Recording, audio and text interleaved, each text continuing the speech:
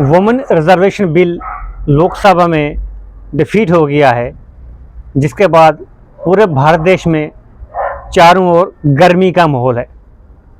कांग्रेस ताली बजा रही है और बीजेपी दुख मना रही है। अभी कुछ देर पहले पीएम नरेंद्र मोदी ने देश को संबोधित किया, बड़े लंबे समय के बाद इस तरीके से किया, जिसमें कांग्रेस का नाम उन्होंने आज दबा के बार बार लिया। और ख़ास क्या कुछ बातें निकल कर आई वो मैं आपके सामने रखना चाहूँगा, जिसमें वो महिला आरक्षण बिल को पास नहीं हुआ, जिसमें उनको बहुत ज़्यादा दुख हुआ है। उसके अलावा उन्होंने देश की महिलाओं से माफ़ी भी मांगी।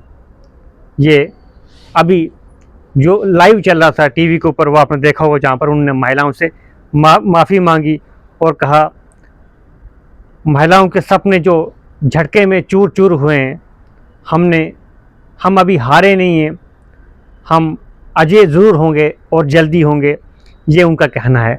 और साथ ही साथ उनने और पार्टियों के ऊपर निशाना साधा, यानी कि विपक्ष के ऊपर कांग्रेस, डीएमके, टीएमसी जैसी जो पार्टीज़ हैं, इनके ऊपर उन्होंने निशाना साधा कि ये वहाँ पर तालियां बजा रहे थे। वुमेन रिजर्वेशन बिल जो है इसको इन्होंने पास होने नहीं दिया और हम चाहते थे कि 33% रिजर्वेशन जो है लाई जाए। चलो, ये तो सब कुछ पक्ष और विपक्ष की बातें हैं। मेरा एक सवाल है आप सब लोगों से भी, और आप सब लोगों में जो चुने हुए नेता भी हैं, नेतागण भी हैं, मिनिस्टर भी हैं, वो सवाल ये है 33% आपको रिजर्वेशन देनी है। जो प्रेजेंट सीटें चल रही हैं 543 के करीब, उनमें से आप 33% रिजर्वेशन क्यों नहीं देते थे महिलाओं को? क्यों आपको यह बढ़ाने के लिए एक नई प्लानिंग करनी पड़ रही है?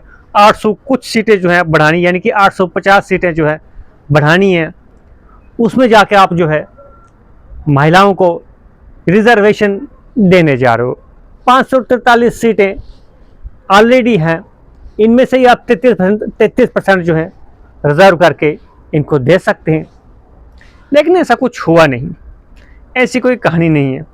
जो कि इस बिल को पास करने के लिए 326 वोटों की मेजॉरिटी होनी चाहिए थी, 326 वोट जो है एक तरफा होना चाहिए थे, लेकिन ऐसा कुछ हुआ नहीं। जहां पर 278 वोट्स इनके फेवर में पड़े, जो कि 211 जो है अगेंस्ट में पड़े। और विपक्ष जो है खुशी मना रहा है, वो कह रहा है कि ये जो बिल है ये वुमेन रिजर्वेशन बिल नहीं है, ये एक्चुअल में डीलिमिटेशन का बिल है।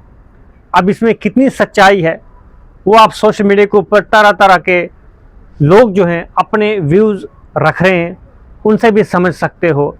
और ख़ुद इसके ऊपर ज़रा स्टडी कीजिए, खुद ज़रा पढ़िए, गूगल करिए, चैट जीपीटी करिए, सर्च इंजन पर जाइए, कुछ भी करें, आपको समझ आ जाएगा कि हकीकत में बीजेपी सरकार जो है करना क्या चाहती है। और आज जिस तरह से वो देश को संबोधित कर रहे थे कांग्रेस का नाम लेके, आज से पहले ये कभी नहीं देखा गया है कि बीजेपी का कोई भी लीडर जो है कांग्रेस को इतना सीरियस लेता हो।